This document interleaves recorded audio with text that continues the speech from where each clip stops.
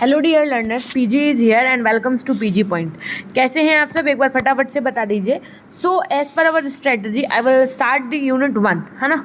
तो यूनिट 1 है, क्या है आपकी, तो पर्यावरणीय शिक्षा और उसकी मूल अवधारणाएं।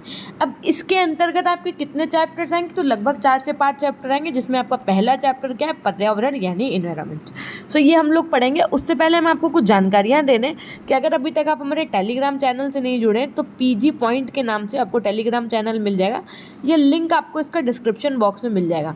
अगर आपको इन क्लासेस का डेली पीडीएफ चाहिए तो वो आपको मिलेगा पीजी पॉइंट एप्लीकेशन पे। ऐप के लिए आप क्या करिएगा, प्ले स्टोर पे पीजी पॉइंट सर्च करिएगा, आपको ऐप मिल जाएगा।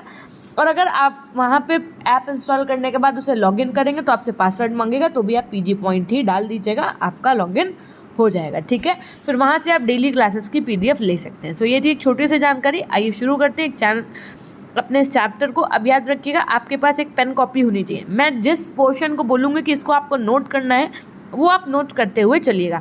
क्या करना है, कुछ ज़्यादा डिमांड नहीं है मेरी बस आपसे कि आप ऊपर जो भी आपकी डेट है आज की, है ना, वो आप डाल दीजिए। ठीक, उसके बाद में शुरू कर दीजिए, स्टार मार्क लगाइए, शुरू कर दीजिएगा। लाइन स्टार मार्क लगा करके लाइन्स लिखते रहिएगा। सो सबसे पहले पर्यावरण की अवधारणा क्या है। सीधी सी बात है कि ये जो आपका एनवायरनमेंट है, जो आपका पर्यावरण है, इसमें हर एक जगह आप देखो तो कुछ ना कुछ रहस्य जरूर है। अब इसी रहस्य को इंसान हमेशा भाई कोई भी बात हो, अगर रहस्य है तो मनुष्य जानने की ज़रूर, मतलब उसके अंदर एक क्यूरोसिटी रहती है ना चीज़ों को जानने की। वो तो इसी को देखते हुए इंसान के अंदर प्रकृति को लेकर के जब बहुत सारे रहस्य उसको जानने के लिए, मतलब अंदर से एक उत्तेजना हुई, तो फिर वहीं से ये जन्म हुआ, एक तरीके से हम कह सकते हैं, पर्यावरण के कॉन्सेप्ट का, एनवायरनमेंट के कॉन्सेप्ट का। तो सबसे पहली बात जो आपको यहाँ पे नोटिस करनी है वो ये है, ये लाइन आपको नोट, जो मैं अंडरलाइन करूँ वो पोर्शन आपको नोट करते जाना है। क्या कि पृथ्वी का जो जन्म हुआ, वो जो इंसान की क्यूरोसिटी थी ना जानने की कि प्रकृति का रंग कैसा है ना, प्रकृति क्या है, अर्थ का कलर कैसा है, प्रकृति में इतनी चीज़ें सब कहाँ से अवेलेबल होती, पत्तियाँ हरी क्यों होती, मतलब ये सब चीज़ें किससे संबंधित थी आपकी, प्रकृति। सो इसी के चलते हम लोगों को क्या पता चला कि पृथ्वी जो है वो, पृथ्वी का जन्म जो है वो सूर्य के अलग होने के फलस्वरूप करोड़ों वर्ष पूर्व हुआ था। ठीक है, उसके बाद में जो मानव की उत्पत्ति तथा प्रकृति के विकास का इतिहास अत्यंत रहस्यमय तथ्य का उजागर करता है।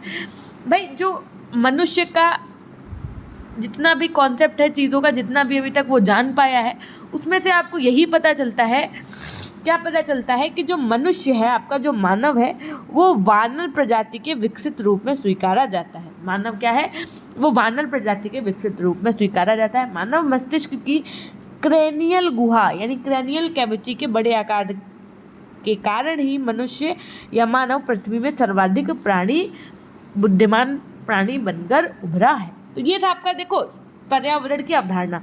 इसमें आपके जो ये मैं रेड पेन से मार्क करती जा रही हूँ, इसको आपको पॉइंट वाइज अपनी कॉपी पे नोट करना है। मैं टेलीग्राम पे आपका वर्क आज चेकआउट करूँगी, जो बच्चे करते जाएं वर्क, वो हमें टेलीग्राम पे रात्रि 10 बजे वहाँ पे मीडिया ऑन कर देंगे, आप वहाँ पे भेज दीजिएगा। ठीक है, फिर नेक्स्ट देखिए पॉइंट क्या है कि भाई जैसे जैसे समय के बीतता गया, है ना, वैसे वैसे मानव में क्या हुआ, बुद्धि का विकास भी होता गया। वैसे वैसे ही मानव के प्रकृति से प्रेम में भी वृद्धि हुई। भाई पहले लोग एक दूसरे से बातचीत नहीं करना पसंद करते थे, फिर धीरे धीरे हर चीज़ में वृद्धि होती रही। सदियों से मानव के मन में प्रकृति से संबंधित रोचक एवं दुरूह कठिन प्रश्नों का गुबार भी उठता रहा है। उसने सदैव इन प्रश्नों को हल ढूंढने का हर संभव प्रयास भी किया है। मानव की इसी खोज प्रवृत्ति के कारण ही आज, अब देखो, अब यहाँ से पता चल गया कि इन्हीं, मतलब इसी क्यूरोसिटी की वजह से आज 9 ग्रहों की खोज के साथ मंगल तथा चंद्रमा पर तो पहुंच गया है, परंतु मनुष्य ने स्वयं के लिए भौतिक सुविधा तथा समृद्धि हेतु वस्तुओं की एक लंबी सूची भी तैयार कर ली। कुल मिला के क्या पता चल गया आपको कि कितने ग्रहों की खोज हुई है, 9। ठीक, अब कितने हैं, तो 8 हैं। डॉफ प्लैनेट क्या है, ये सब आपको आगे आपके चैप्टर्स में सब पढ़ाएंगे, डोंट टेक टेंशन। नेक्स्ट कि भाई मनुष्य ने अपनी भौतिक सुविधाएं के कारण, जैसे भाई गर्मी बहुत लग रही तो इसीलिए, और ठंडा पानी पीना है तो भाई फ्रिज लगा लो, एक नहीं 2। ऊपर वाले रूम से नीचे उतर के पानी ना लेने आना पड़े, इसलिए रूम में एक छोटा फ्रिज लगवा लिया, है ना। बर्फ़ ना मंगानी पड़े बाहर से, तो घर पे एक और फ्रिज लगवा लिया। तो ये सब लाइट नहीं आ रही है, एक्स्ट्रा पावर नहीं आ रही तो स्टेबलाइजर लगा दिया। तो ये जो भौतिक सुख सुविधाएं हैं, इनके लिए क्या हुआ भाई, भौतिक सुख सुविधाओं के लिए मनुष्य ने बहुत सी चीज़ों का क्या किया, इन्वेंशन किया। जब ये इन्वेंशन हुआ तो कहीं ना कहीं वो उसकी सुख सुविधाएं वो सब तो उसमें उसको आराम मिल गया, लेकिन इनकी वजह से कहीं ना कहीं पर्यावरण को बहुत हानि पहुंची है। तो ये ना कहीं एक संवेदनशील मुद्दा बनकर समस्त मानव प्रजाति के समक्ष प्रस्तुत हुआ है। ठीक है, सो ये थी हमारी पर्यावरण की अवधारणा यानी कॉन्सेप्ट ऑफ एनवायरनमेंट। आपके लिए जो मैंने पॉइंट्स बताए हैं, होप सो कि वो आपने नोट कर लिया होगा। नेक्स्ट, अब आपको समझना है कि पर्यावरण का अर्थ और परिभाषा है। सबसे पहली बात है पर्यावरण और चाहे आप पर्यावरण बोलो या आप वातावरण बोलो, दोनों का मतलब सेम है। पर्यावरण आपका किन दो शब्दों से मिलकर के बना है, तो परिधन आवरण। परि का मतलब होता है चारों तरफ से, परि का मतलब क्या होता है, चारों तरफ से, और आवरण का मतलब होता है ढका हुआ। ठीक, तो इस प्रकार पर्यावरण का वातावरणीय शब्द या वातावरण शब्द का अर्थ क्या हो जाएगा कि व्यक्ति की ओर जो कुछ भी है वो सब क्या है, व्यक्ति की ओर जो कुछ भी है वो सब क्या है, पर्यावरण के अंदर। ठीक है, अंग्रेजी भाषा में पर्यावरण को क्या कहते हैं, तो इन्वायरमेंट कहते हैं। इन्वायरमेंट शब्द आपका किससे किससे मिलकर के बना हुआ, तो इन्वायर और मेंट से मिलकर के बना है ना। तो इन्वायर का अर्थ क्या होता है कि घेरना या आवृत यानी इंसर्कल करना, और मेंट का अर्थ होता है चारों ओर से यानी all round. So the word environment means is that चारों ओर से घिरा हुआ। क्या हो जाएगा आपका, चारों ओर से घिरा हुआ। आप इसको लिख लीजिएगा, देखिएगा आपके जो बीएड फर्स्ट सेमेस्टर में पेपर हुए उसमें कहीं ना कहीं बहुत सारी चीज़ें ऐसी पूछी गई थी ना कि ये शब्द किससे मिल करके बना हुआ है, लैटिन भाषा से लिया गया है, कहाँ से लिया गया, ये ऐसे क्वेश्चंस भी एग्जाम में बनते हैं मानव के। अब देखिए नेक्स्ट पॉइंट क्या है कि मानव के चारों तरफ फैले हुए वातावरण को पर्यावरण की परिधि में रखा जाता है। मानव जन्म से लेकर मृत्यु तक पर्यावरण में ही रहता है। क्या कहा गया कि मानव जन्म से लेकर मृत्यु तक कहाँ रहता है, तो पर्यावरण में ही रहता है। ठीक है, नेक्स्ट, इसके द्वारा ही वह सामाजिक एवं जन्म से लेकर के देखो ये लाइन भी नोट डाउन कर लीजिए आप लोग, कौन सी, कि मानव जो है वो जन्म से लेकर के मृत्यु तक पर्यावरण में रहता है। ठीक है, अब अगर आपसे कोई पूछता है कि कहाँ रहते हो, या आप हमसे पूछोगे कि मैम कहाँ रहती हैं, तो अब आप लोग पुराना आंसर नहीं करिएगा कि घर से हैं, इंडिया से हैं, युगांडा से हैं, आप कहिएगा कि पर्यावरण से हैं। कोई आपसे पूछे कि कहाँ रहते हैं आप, तो इसमें साफ बताया गया कि मनुष्य कहाँ रहता है, जन्म से लेकर मृत्यु तक पर्यावरण में ही रहता है। ठीक है, सो अब एक दूसरे से अगर कोई पूछे कि कहाँ से हो, तो बता देना पर्यावरण से हैं। ठीक, इसके द्वारा ही वह सामाजिक एवं वैयक्तिक दोनों ही क्षेत्रों में विकास करता है। यदि उसे अच्छा वातावरण नहीं दिया जाए तो वह आदर्श मानव के रूप में स्वस्थ नागरिक नहीं बन सकता। आप देखिए जो स्लम एरिया के बच्चे होते हैं, है ना कहीं वो डेवलप नहीं होते। क्यों? क्योंकि उनके आसपास का जो इन्वायरमेंट है वो क्लीन एंड फाइन नहीं होता है, डेट्स वाई, है ना। नेक्स्ट, पर्यावरण वह है क्या है। अब देखो यहाँ पर एग्जैक्ट डेफिनेशन दी है कि पर्यावरण क्या है, दो डेफिनेशन है, मोस्ट इंपॉर्टेंट है, याद कर लीजिएगा क्या, कि पर्यावरण वह है जो मानव को चारों ओर से घेरे रहता है तथा उसे प्रत्यक्ष एवं अप्रत्यक्ष रूप से विभिन्न प्रकार से प्रभावित करता रहता है। तो पर्यावरण क्या है, पर्यावरण वो सब चीज़ें जो मनुष्य को चारों ओर से घेरे रहती हैं। उसके बाद में क्या बताया गया आपका कि दूसरे शब्दों में देखा जाए, अब देखो ज़रा दूसरे शब्दों में, मतलब एक डेफिनेशन तो आपकी ये हो गई कि भाई पर्यावरण वह है जो मानव को चारों ओर से घेरे रहता है तथा उसे प्रत्यक्ष एवं अप्रत्यक्ष रूप से विभिन्न प्रकार से प्रभावित करता रहता है। एक बार फटाफट से आप लोग सेशन को लाइक कर दीजिए, और अगर अभी तक आपने इस वीडियो को, इस लिंक को अपने दोस्तों तक या बीएड आपका जो ग्रुप है वहाँ पर शेयर नहीं किया है तो फटाफट से शेयर कर दीजिए। ओके, अब देखो ज़रा दूसरे शब्दों में आपके पर्यावरण की डेफिनेशन क्या दी गई कि पर्यावरण वह है जो प्राकृतिक, सामाजिक, जैविक आदि तत्वों के बहुरूप में मानव को अपने विभिन्न क्रियाओं के द्वारा प्रभावित करता है, जिसके द्वारा मानव की जीवितता का निर्धारण होता है। ठीक, तो ये दोनों पर्यावरण के मोस्ट इंपॉर्टेंट डेफिनेशन है। आप लोग स्टार मार्क करके इनको नोट डाउन करते रहिएगा। जो कॉपी मैंने बनाई है, अगर आप इस फॉलो करते रहे स्ट्रैटेजी को, तो आपके कंप्लीट नोट्स ईवीएस के तैयार हो जाएंगे यूपी टेट के लिए। याद रखिएगा मेरी बात को, बस आपको पेन कॉपी लेकर के बैठना है, आपको पता भी नहीं चलेगा 1 महीने में आपने सारे नोट्स बना लिए होंगे इस सब्जेक्ट के। ठीक है, फिर देखिए वातावरण से अभिप्राय हमारे उस परिवेश से है जिसका संबंध किससे होता है, प्रकृति से होता है, यानी नेचर से होता है। इसका सीधा संबंध हमारे जीवन से है। पृथ्वी का वातावरण शुद्ध एवं स्वास्थ्यवर्धक वायु पीने का शुद्ध जल आदि पृथ्वी पर जीवन का संचालन करते हैं तथा अन्य जीव एवं जंगली पशु इत्यादि धरती को स्वच्छ बनाने के लिए निरंतर क्रियाशील रहते हैं। पर्यावरण की बहुअनुशासनीय प्रकृति के कारण इसे विभिन्न विद्वानों ने अपने अपने तरीके से परिभाषित किया था। इसकी परिभाषा निम्नलिखित है। देखो जो one of the most important परिभाषा है आपकी वो हम बता दें, इसको आप ज़रूर नोट डाउन करिए। ईजे रॉस की ये आपकी one of the most important है। क्या कहा इन्होंने, रॉस ने क्या कहा कि पर्यावरण एक बाह्य शक्ति है जो मानव को प्रभावित करती है। इसको आप एकदम अच्छे से प्रॉपर नोट कर लीजिए। उसके बाद मैकाइवर ने क्या कहा इस चीज़ को लेकर के, तो मैकाइवर महोदय के अनुसार पृथ्वी का धरातल और उसकी सारी प्राकृतिक दशाएं, देखो जो आपकी डेफिनेशंस होती है ना वो आपको एज इट इज़ ही याद करनी पड़ेंगी, जैसे लिखी हुई है वैसे। जो आपके ये मनोवैज्ञानिक रहे हैं, है ना, जो आपके पर्यावरण शास्त्रीय रहे हैं, इन्होंने जो डेफिनेशंस बताई हैं आप उन्हें एज इट इज़ वैसे ही याद करेंगे। क्यों? क्योंकि ये आपसे ऐसे ही आपको लिखनी होंगी अगर इन फ्यूचर आपसे पूछा गया। जैसे आपने देखा होगा कि जब आप मान लो मल्टीपल क्वेश्चन बने आपका, है ना, MCQs में पूछा जाएगा तो क्या पूछेंगे आपसे कि पर्यावरण एक बाह्य शक्ति है जो मानव को प्रभावित करती है। ये बात कथन किसके द्वारा कहा गया या ये डेफिनेशन किसके द्वारा दी गई है, GS रॉस, और बाकी के 4 ऑप्शन होंगे तो आप वहाँ पे रॉस टिक करके आएंगे। ठीक है, इस तरीके से होगा। अब हमने ये एग्जाम्पल दिया तो so it does not mean कि आपका एग्जाम MCQs मोड में होने वाला है। फिलहाल एग्जाम्स का मोड आपका सब्जेक्टिव ही रहने वाला है, लेकिन अगर कोरोना आ जाता है तो हो सकता है कि आपका पेपर ऑब्जेक्टिव मोड में हो, है ना। अब देखो ज़रा, मैकाइवर ने कहा कि पृथ्वी का धरातल और उसकी सारी प्राकृतिक दशाएं, प्राकृतिक संसाधन, भूमि, जल, पर्वत, मैदान, खनिज पदार्थ, पौधे, पशु तथा संपूर्ण प्राकृतिक शक्तियां जो पृथ्वी पर विद्यमान होकर मानव जीवन को प्रभावित करती हैं, भौगोलिक पर्यावरण के अंतर्गत आती हैं। उसके बाद में एनोस्टोसी के अनुसार क्या बताया गया कि मानव के वंशानुक्रम के अतिरिक्त सभी को पर्यावरण कहा जाता है जो उसे प्रभावित करता है। एस्टोंसी ने क्या बताया कि मानव के वंशानुक्रम को छोड़ करके, मतलब इसको छोड़ करके जितनी भी चीज़ें हैं, है ना, सभी को पर्यावरण कहा जाता है और उसे प्रभावित करता है। नेक्स्ट, एनसाइक्लोपीडिया ब्रिटानिका के अनुसार क्या बात कही गई है, तो देखो कि पर्यावरण भौतिक, रासायनिक तथा जीवित क्रियाओं एवं तत्वों का एक जटिल विश्लेषण है।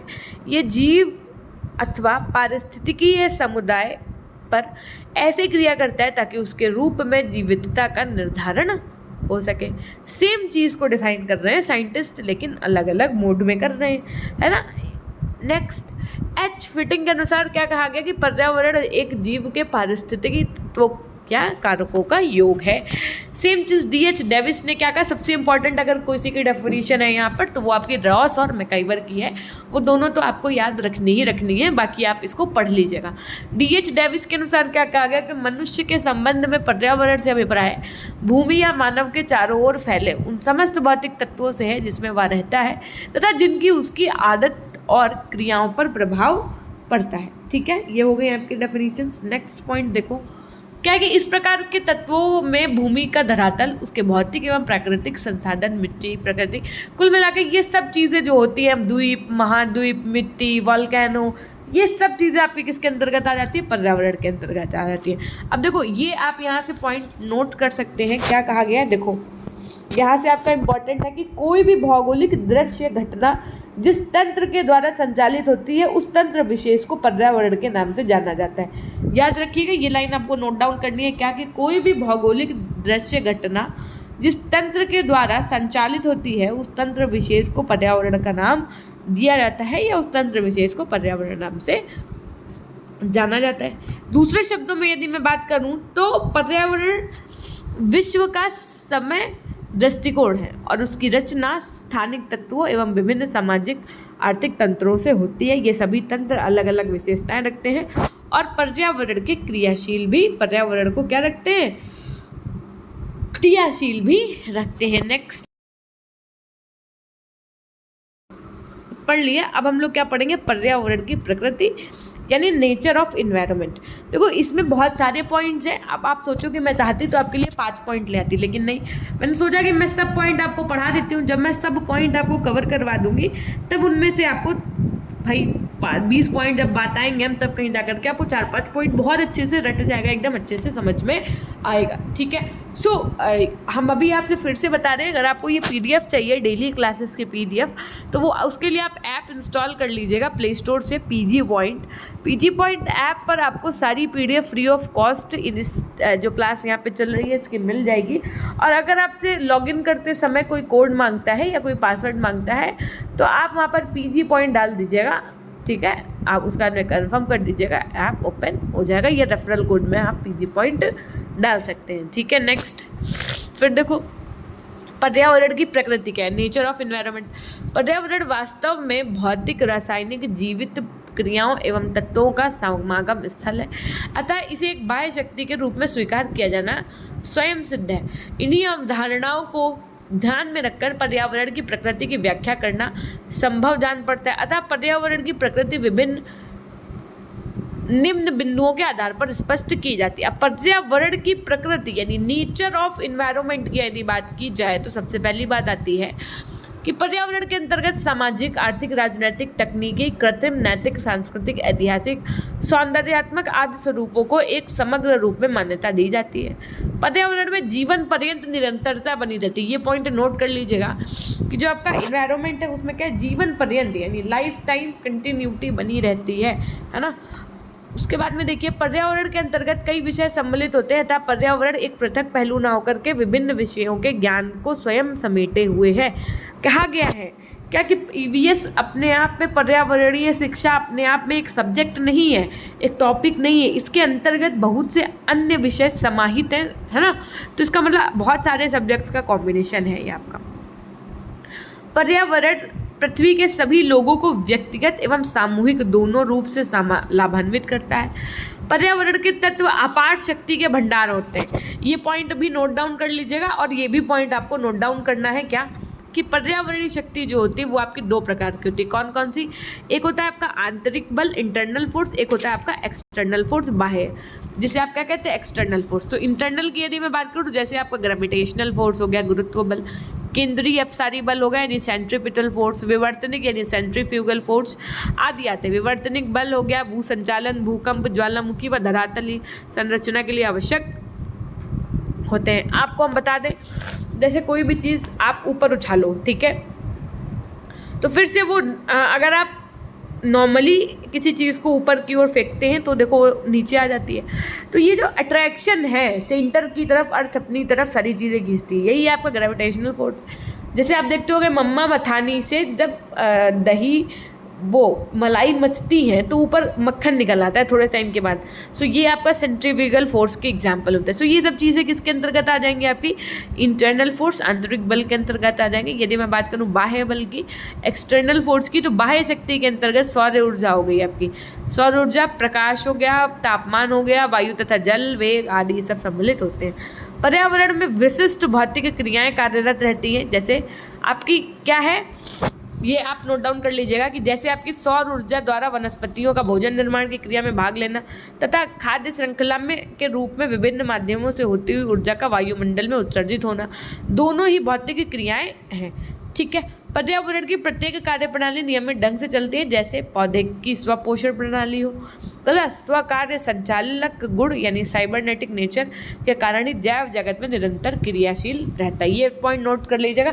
इनका मतलब यहाँ पर कहने का तात्पर्य ये है कि जस्ट लाइक कि कुछ चीज़ें हैं जो नियमित ढंग से चलती रहती हैं। जैसे फोटोसिंथेसिस आपने सुना होगा एक नाम, मतलब प्रकाश संश्लेषण प्रक्रिया। प्रकाश संश्लेषण की प्रक्रिया से क्या होता है कि पौधे अपने भोजन का निर्माण स्वयं करते हैं क्लोरोफिल और सनलाइट की प्रेजेंस में, है ना। तो ये एक प्रोसेस क्या है, इससे क्या होता है, प्लांट्स अपना भोजन स्वयं बनाते हैं, इसीलिए उनको स्वपोषी भी कहते हैं। तो ये क्या है, ये अपने आप ही तो चल रही। क्या आप उसमें कभी उनका सिलेंडर लगाने जाते हैं कि भाई चलो आज भाई बगल वाले पौधे का जो है सिलेंडर खत्म हो गया, चलो सिलेंडर लगा देते हैं चल के, भाई उनके पास बगल वाले पौधे जो है उसके बगल वाला मेहंदी वाला पौधा ले लो, मनी प्लांट वाला पौधा ले लो, गेंदा फूल वाला पौधा ले लो, भाई इनके पास नमक खत्म हो गया, उनके पास गरम मसाला खत्म हो गया, चलो दे करके आए तब वो अपना भोजन बनाएंगे। ऐसा सुना है क्या आपने कभी? नहीं ना। सो प्लांट्स जो अपना भोजन स्वयं बनाते हैं ना, तो ये इनका जो स्वयं बनाना, भोजन का जो स्वयं बनाने की ये जो प्रक्रिया है, ये निरंतरता चलती रहती है। ठीक, नेक्स्ट पॉइंट देखो,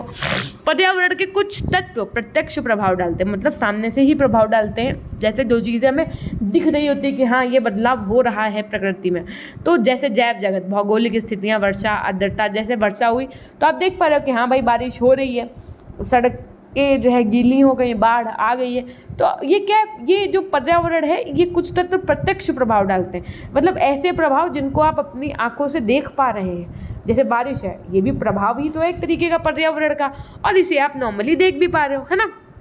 जल व मृदा के प्रभाव का स्पष्ट रूप से दिखाई देता है।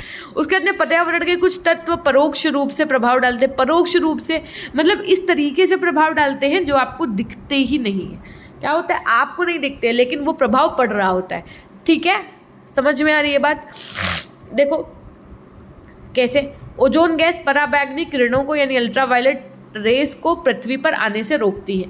जो आपकी यूवी रेस है उनको पृथ्वी पर आने से रोकती है। तो ये पर्यावरण का क्या है, परोक्ष प्रभाव है, जिन्हें आप देख नहीं सकते हैं लेकिन फिर भी वो प्रभाव आपके ऊपर पड़ रहा है पर्यावरण का। ठीक है, तो वायु का प्रभाव प्रत्यक्ष व परोक्ष दोनों ही प्रकार का होता है आपका।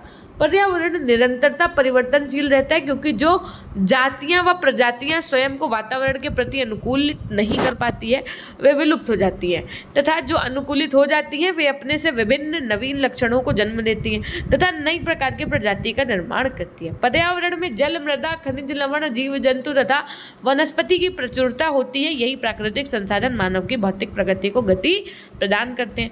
पर्यावरण में विविध प्रकार के जीवों के लिए आवास की व्यवस्था होती है, अतः अलग अलग आवासों में अलग अलग जीव जंतु भी आपके पाए जाते हैं। इतनी इजी लैंग्वेज है कि नॉर्मली भी आप अगर मेरे को ध्यान से भी सुनोगे ना तब भी आपको चीज़ें समझ में आ रही होंगी।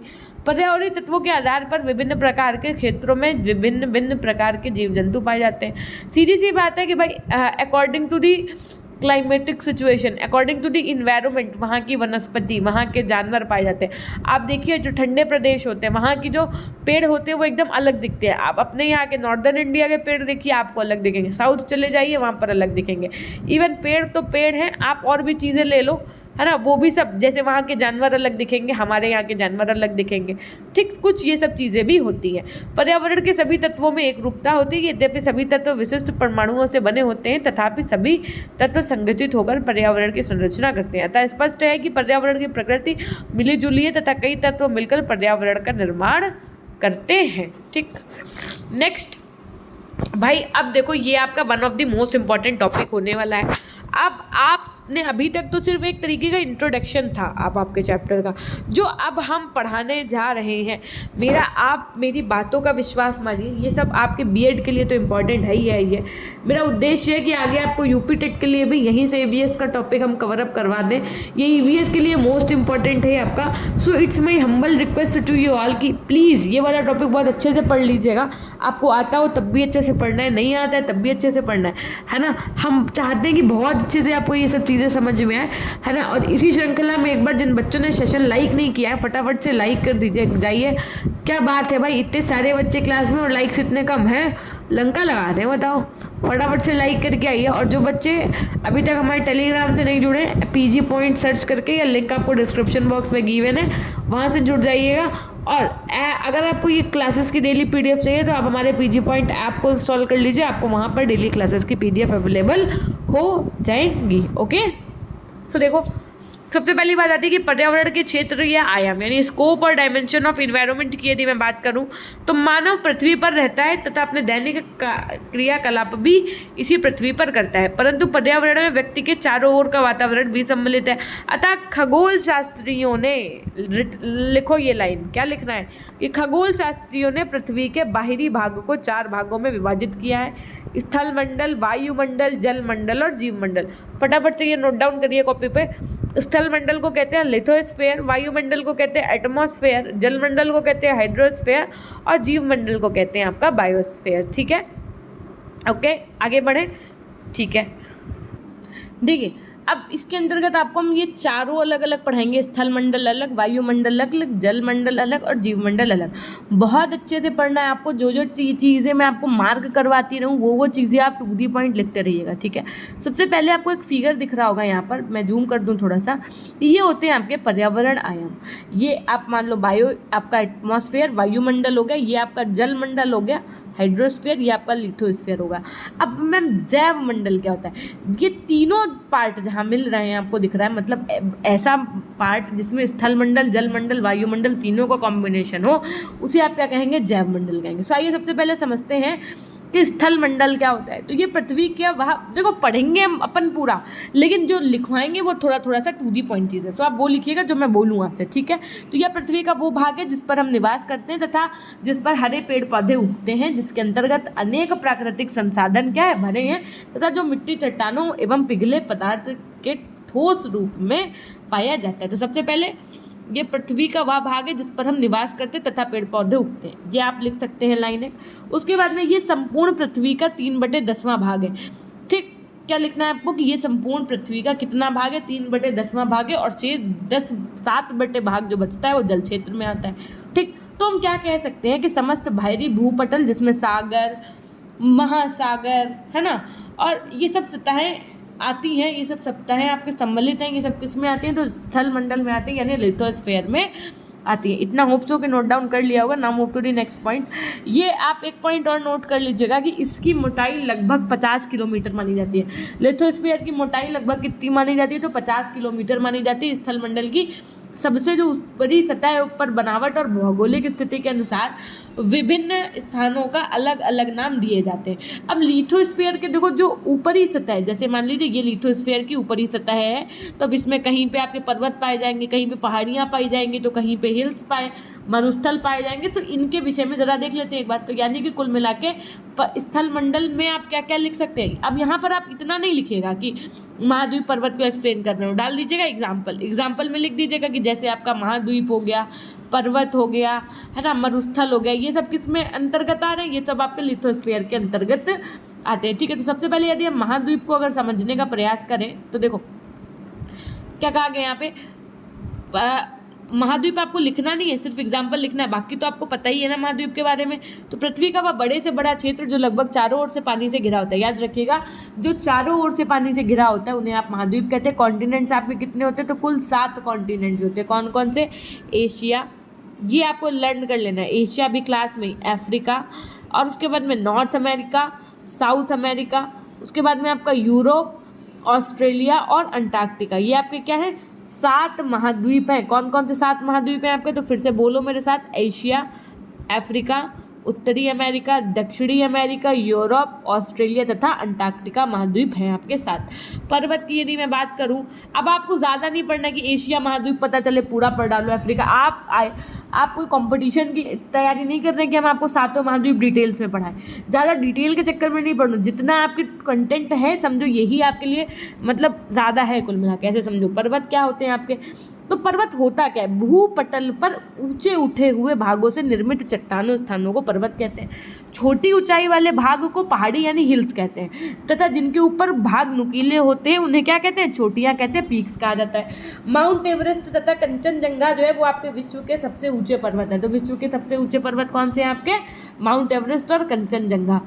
नेक्स्ट, मरुस्थल क्या होता है मैम? तो भारी रेत से बने भूभागों को मरुस्थल अथवा रेगिस्तान, डेजर्ट कहा जाता है। यहाँ पानी की मात्रा, आबादी, वनस्पति आदि सभी न्यून होते हैं, मतलब कम होते हैं। जैसे पानी की मात्रा भी कम होती है, आबादी आप देखो जितना अपन लोगों के यहाँ पाई जाती है ना उतना वहाँ पे नहीं मिलेगी आपको।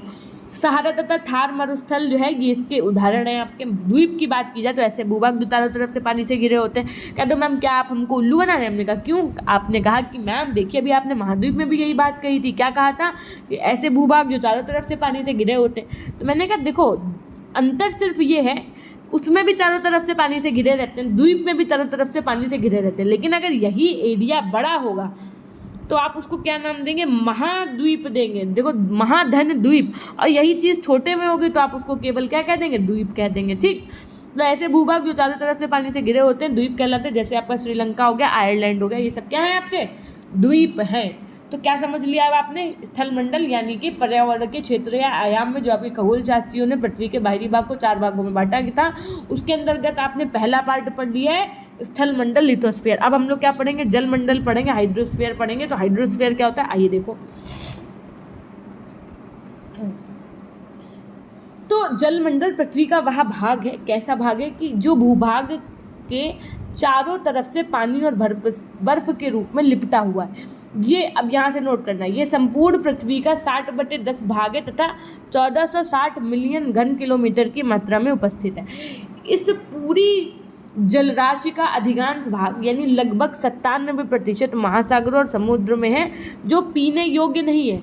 तो अब भाई देखो 97% भाग यदि पानी का जो है वो किस में है, महासागर और समुद्रों में, तो फिर पीने लायक कितना बचा, पीने लायक मैम 3% बचा। वो 3% भी आपका पीने लायक नहीं है। कैसे, क्योंकि 3% पानी आपका नदी, झील, भूगर्भ, ध्रुवों में जो बर्फ जमी है इसके रूप में है, और वायुमंडल में पानी की वाष्प के रूप में उपस्थित होता है,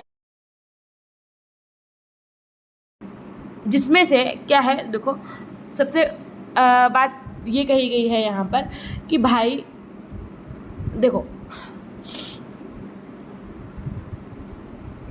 जिसमें से भी वाष्पीकरण यानी इवापोरेशन और निर्जलीकरण यानी डिहाइड्रेशन क्रिया के फलस्वरूप पृथ्वी से उड़ जाता है पानी।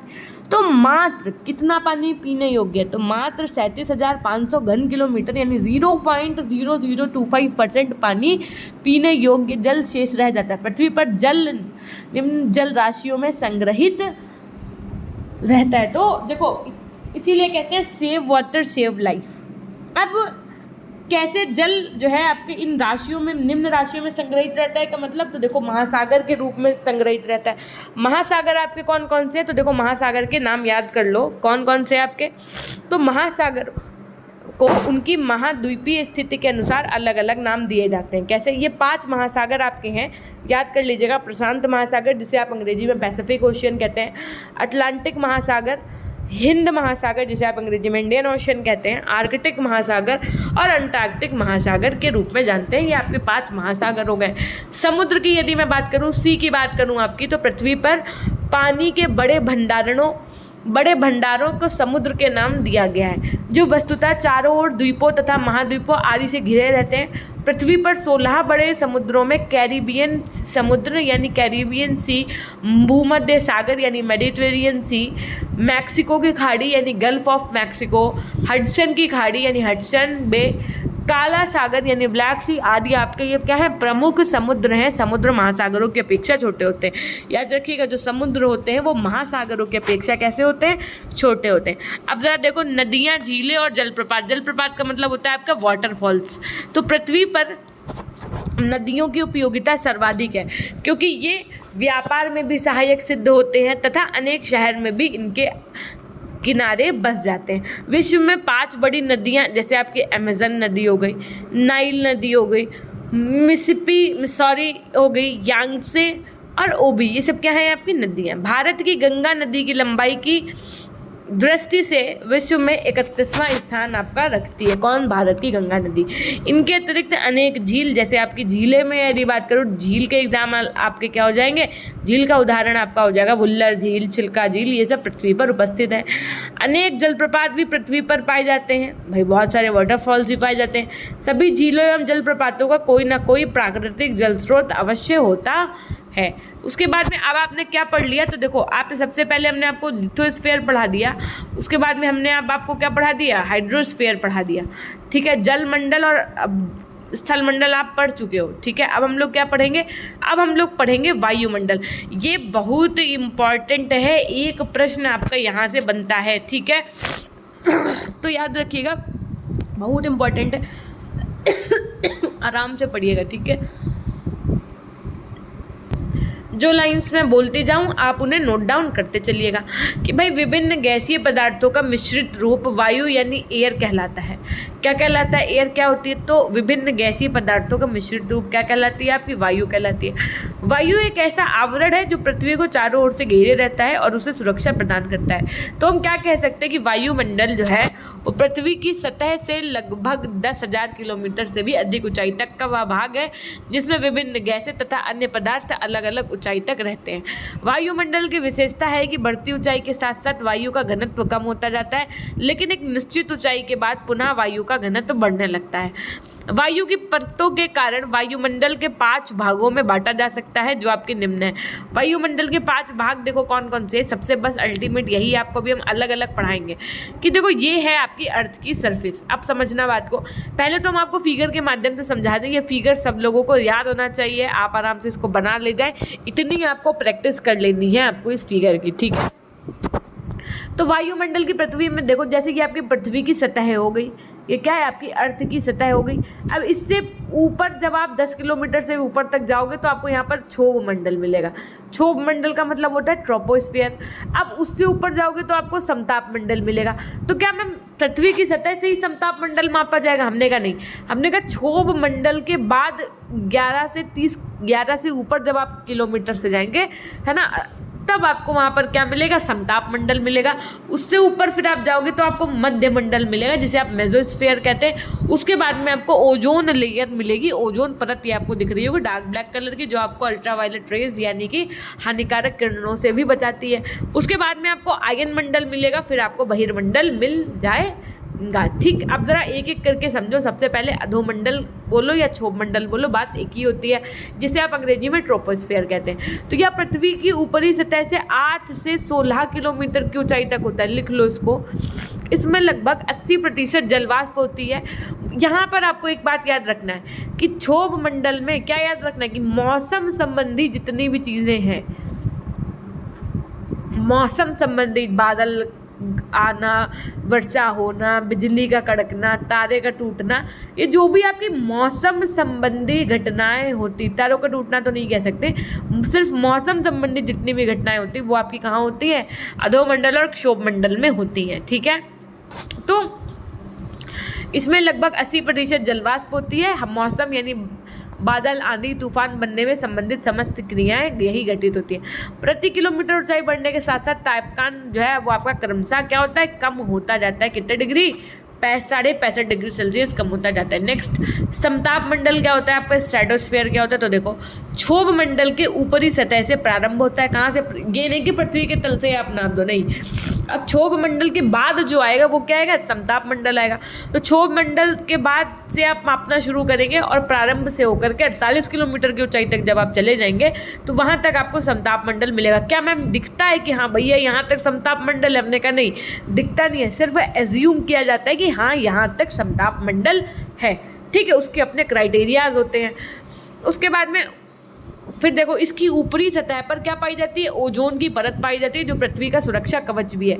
अगर आपसे पूछे कि पृथ्वी का सुरक्षा कवच किसे कहते हैं तो आप क्या मार्क करके आएंगे? वहाँ पर ओजोन को कहते हैं। किसको कहते हैं? ओजोन परत या ओजोन लेयर को कहते हैं। ओजोन परत सूर्य से आने वाली पराबैंगनी किरणों यानी अल्ट्रावायलेट रेज को पृथ्वी तक पहुँचने से रोकती है। पराबैंगनी किरणें ही त्वचा कैंसर का मुख्य कारण होती हैं।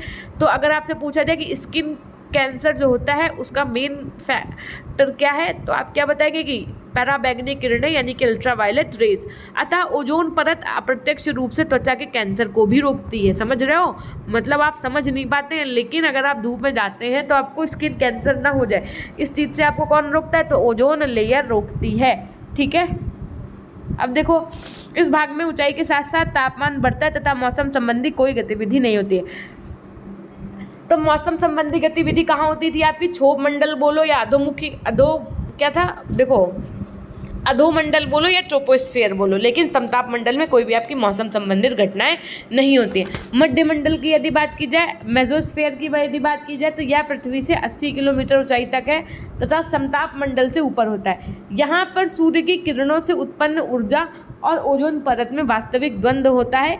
इस मंडल में ऊंचाई के साथ साथ तापमान क्रमशः गिरता जाता है। 80 किलोमीटर की ऊंचाई पर यह 109 डिग्री सेंटीग्रेड तक गिर जाता है। आयन मंडल की यदि मैं बात करूं, आयनोस्फीयर की बात करूं, तो आयन मंडल क्या होता है? मध्य मंडल से ऊपर चला जाता है और 300 से 400 किलोमीटर तक आयन मंडल होता है। यह अंतरिक्ष विकर्णीय यानी कॉस्मिक रेडिएशन से जीवमंडल की रक्षा करता है तथा रेडियो तरंगों के अवशोषण और परिवर्तन को भी प्रभावित करता है। बाह्य मंडल की बात यदि की जाए तो 400 किलोमीटर से प्रारंभ होता है तथा सैद्धांतिक रूप से 1000 किलोमीटर तक होता है। इस मंडल को में क्या होता है? हाइड्रोजन, हीलियम आदि गैसों की प्रधानता रहती है। अब देखो हाइड्रोजन और हीलियम कितनी हल्की गैसेस हैं कि कितने ऊपर पाई जाती हैं, देख रहे हो आप। गैसों की प्रधानता रहती है, इसे वायुमंडल की अंतिम परत भी माना जाता है। आपसे पूछे कि वायुमंडल की अंतिम परत, तो आप क्या बताएंगे, बाह्यमंडल या एक्सोस्फीयर। समझ में आ गई चीज़ें। तो यानी खगोल शास्त्रियों के अनुसार जो आपके 4 भागों में बांटा गया था, उसमें अब हम आपका क्या पढ़ाने जा रहे हैं, जीव मंडल पढ़ाने जा रहे हैं। तो अच्छे से एकदम पढ़िएगा। एक बार फटाफट से सेशन लाइक कर दीजिए जिन बच्चों ने लाइक नहीं किया है ना। और PDF के लिए आपको एप्लीकेशन इंस्टॉल कर लेना है, ठीक। अब हम लोग बात करेंगे ज़रा जीव मंडल की। जीव मंडल क्या है, तो देखो जो पॉइंट इसमें हम नोट कराते जाए, नोट करते जाइएगा। तो सबसे पहले जीव मंडल वास्तव में अपने आप में स्वतंत्र रूप से कोई क्षेत्र विशेष नहीं है, बल्कि यह जैविक वस्तुओं यानी लिविंग थिंग्स और उनके घेरे रखने वाली अजैविक वस्तुएं नॉन लिविंग थिंग्स के बीच होने वाले परस्पर क्रिया कलापों का क्या है, कार्यस्थल है, वर्किंग प्लेस है। ऐसा भोग है जहाँ पर जीवन क्या है, संभव हो सकता है। यहाँ पर वायुमंडल द्वारा प्रदत्त ऑक्सीजन तथा अन्य गैसें भी उपलब्ध होती हैं जो जीवन का आधार है। यहाँ पर आपका सौर ऊर्जा भी वायुमंडल से होकर किरणों के रूप में पृथ्वी की सतह पर पहुँचती है, जिससे जीवों की सभी जैविक क्रियाएं संपन्न होती हैं, है ना। नेक्स्ट, जीव मंडल पर 99.98% ऊर्जा सूर्य से ही प्राप्त होती है। याद रखिएगा, ये लाइन आपकी इम्पोर्टेंट है ना।